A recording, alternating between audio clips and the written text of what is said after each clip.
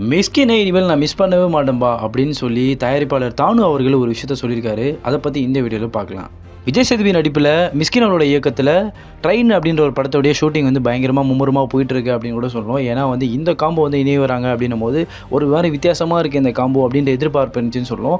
ஏன்னா வந்து மிஸ்கின் அவர்கள் வந்து பிசாசு 2 வர இயக்கிட்டு இருந்தாருன்னு எல்லாருக்கும் தெரியும். ஸோ பிசாஸ் 2ல் வந்து ஆண்ட்ரியா நடிக்கிறாங்க அப்படின்றது எல்லாருக்கும் தெரியும். ஸோ இதில் வந்து விஜய் சேதுபதி அவர்கள் ஒரு சின்ன கேமியோ பண்ணிட்டு போகிறாரு அப்படின்ற விஷயம் வந்து அதிகம் பரவிட்டே இருந்துச்சு. அதை பற்றி வந்து மிஸ்கின் அவர்களும் சொன்னார்.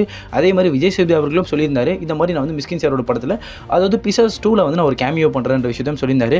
அதுக்கப்புறம் என்ன அப்படின்னு பார்த்தோன்னா வந்து அந்த படமும் முடிச்சிட்டாங்க. ஆனால் முடிச்சிட்டும் சில பல காரணனால அந்த படம் இன்னும் ரிலீஸ் ஆகாமல் இருக்குது அப்படின்ற காரணம் தெரியும்.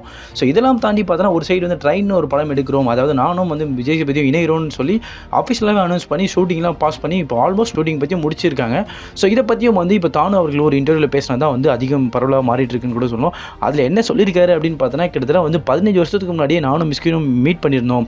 ஆனால் வந்து அந்த நேரத்தில் நான் ரொம்ப மிஸ் பண்ணிட்டேன் அவரும் என்னை மிஸ் பண்ணிட்டார் அந்த நேரத்தில். இதுக்கப்புறம் நான் மிஸ்கினை மிஸ் பண்ண மாட்டேன், அவரும் என்னை மிஸ் பண்ண மாட்டார்.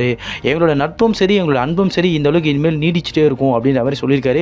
அதே மாதிரி படத்தை அவர் பார்த்துட்டாருன்ற விஷயத்தையும் மென்ஷன் பண்ணி சொல்கிறாரு. அதே மாதிரி கிட்டத்தட்ட இந்த படத்தில் வந்து ட்ரெயினோட போர்ஷன் அதிகமாக இருக்குன்றதுனால 8 கம்பார்ட்மெண்ட் போட்டிருக்காங்க, அந்த செட்டு போட்டிருக்காங்க.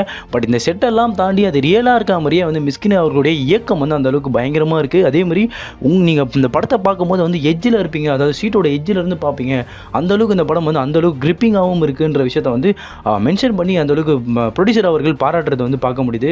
ஸோ எப்படியாக இந்த படத்துக்கு அதிக எதிர்பார்ப்பும் அதிகம் வந்து என்ன சொல்கிறது ஒரு கூஸ் பம்பும் ஏறிட்டே இருக்குது அப்படின்னு கூட சொல்லி ஆகணும். ஸோ இதை குறித்து அதே மாதிரி இந்த காம்போ குறித்தும் சரி உங்களுடைய கருத்துக்கள் என்பதையும் கமெண்ட் செக்ஷனில் சொல்லிட்டு போங்க. அண்ட் மறக்காமல் இந்த சேனலுக்கு சப்ஸ்கிரைப் பண்ணிட்டு போங்க.